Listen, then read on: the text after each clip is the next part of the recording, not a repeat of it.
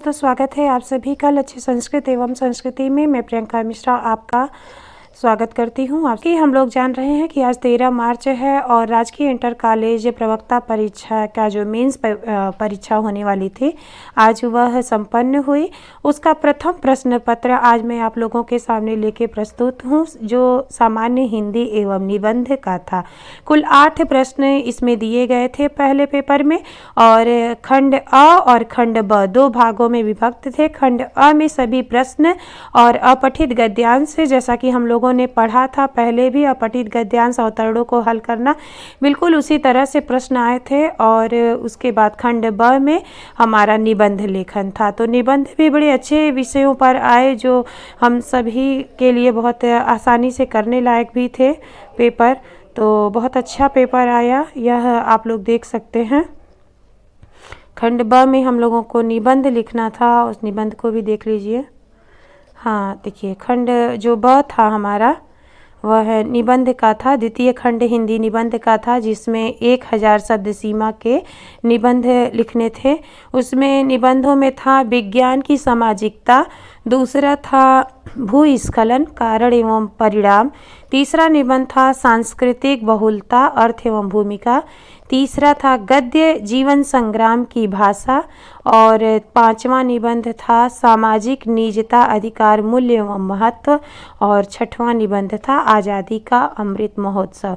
तो आज़ादी का अमृत महोत्सव भी हमने अपने चैनल पे पढ़ाया है। गद्यम कविना निक्सम वदंती, यह भी हम लोग पढ़े हुए हैं। सामाजिक निजता का अधिकार मूल्य महत्व सांस्कृतिक बहुलता, ये सभी निबंध ऐसे थे कि उस पर आसानी से बहुत अच्छे तरह से 1000 शब्दों में निबंध लिखा जा सकता था। तो बहुत अच्छे निबंध भी आए। उसके बाद अब हम लोग शुरू से प्रश्न पत्र को देख लेते हैं और हल कर लेते हैं कि किस तरह से इसको हम लोगों को करना था। तो पहला प्रश्न जो हमारा इसमें का था वह अवतरण वाला था। देखिए, कुल सभी प्रश्न अनिवार्य हैं, यहाँ पे दिया है।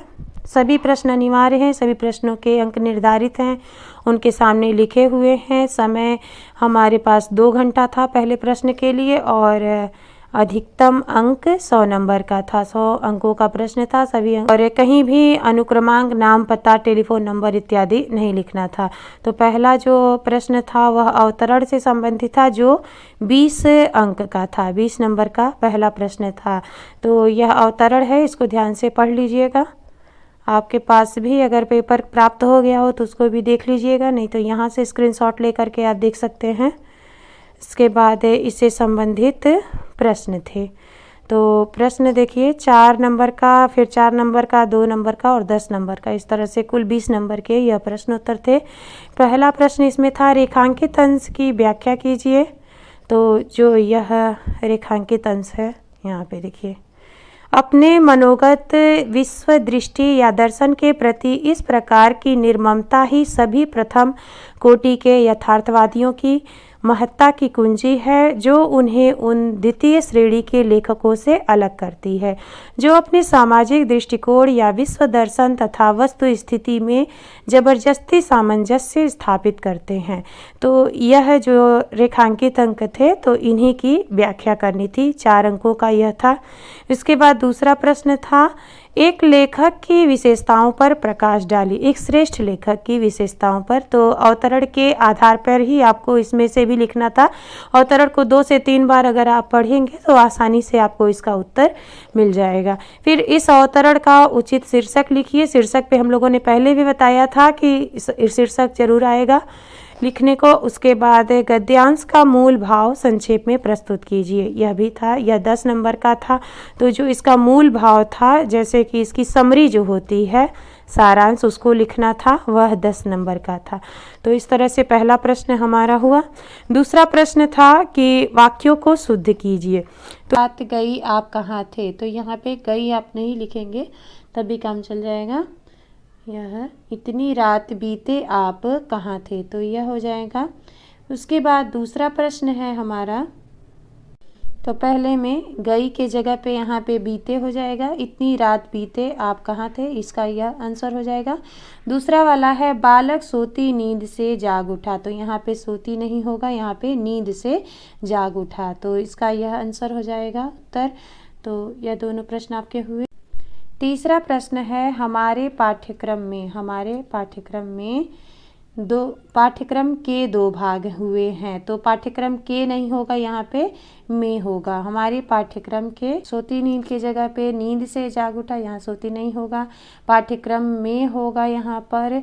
इसमें मेरा लक्ष्य केवल नहीं होगा, यहाँ पे विद्या प्राप्ति होगी, केवल लगाने की आवश्यकता ही नहीं है।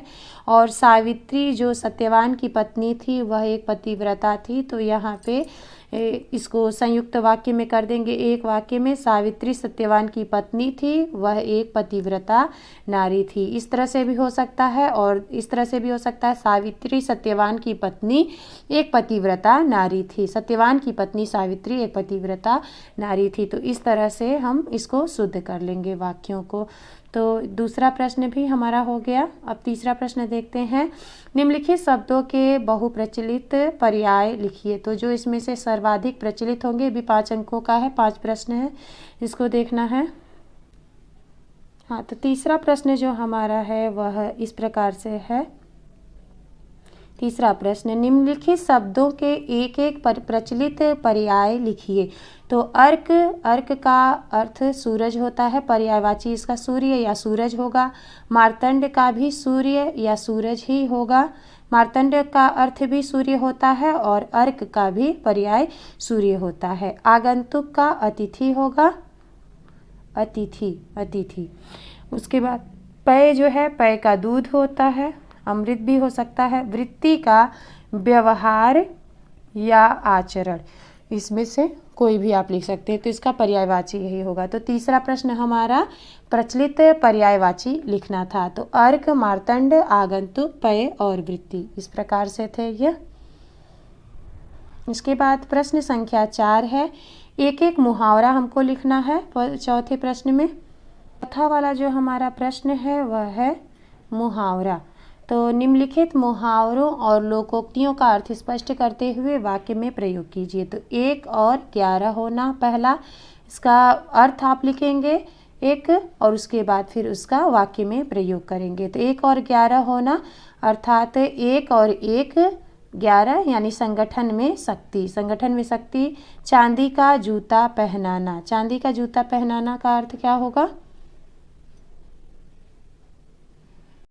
प्रलोभन देना, चांदी का जूता पहनाना, प्रलोभन देना। तो इसका भी आप वाक्य में प्रयोग, सिर्फ अर्थ आप 1 अंक आपका अर्थ पे है और 1 अंक आपका वाक्य प्रयोग में। थाली का बैगन, सिद्धांतहीन व्यक्ति, इसका होगा सिद्धांतहीन होना या सिद्धांतहीन व्यक्ति, सिद्धांतहीन व्यक्ति, ठीक।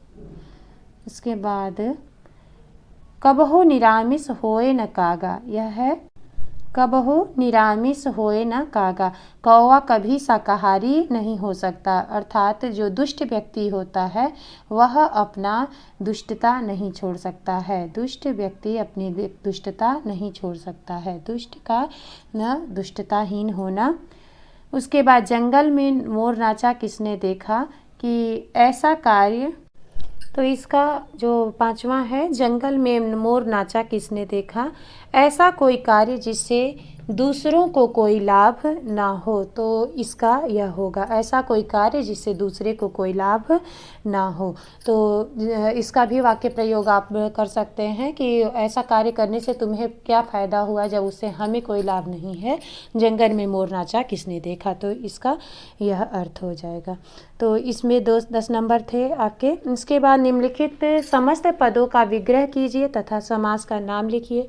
यह लिखना था लक्ष्य भ्रष्ट, सुमुखी, यहाँ पे है जलवायु, यथाविधि और अद्वतोधार। तो इसका भी आपको समास विग्रह करना था, मतलब अलग अलग करना था और उसका नाम लिखना था। तो लक्ष्य से भ्रष्ट, यहाँ पे तत्पुरुष समास होगा। सुंदर मुख, यहाँ कर्मधारय है, जहाँ विशेष से विशेषण भाव होता है। जल और वायु, यहाँ पे और बीच में लगता है, वहाँ पर द्वंद्व समास होता है। यथाविधि, इति, यथा इत्यादि जो अब उपसर्ग इत्यादि लगते हैं वहाँ पे अव्ययी भाव समास होता है। अद्वत उद्धार, यहाँ पे तत्वरु समास होगा। तो इस तरह से इसका हो जाएगा समास का विग्रह और समास का नाम।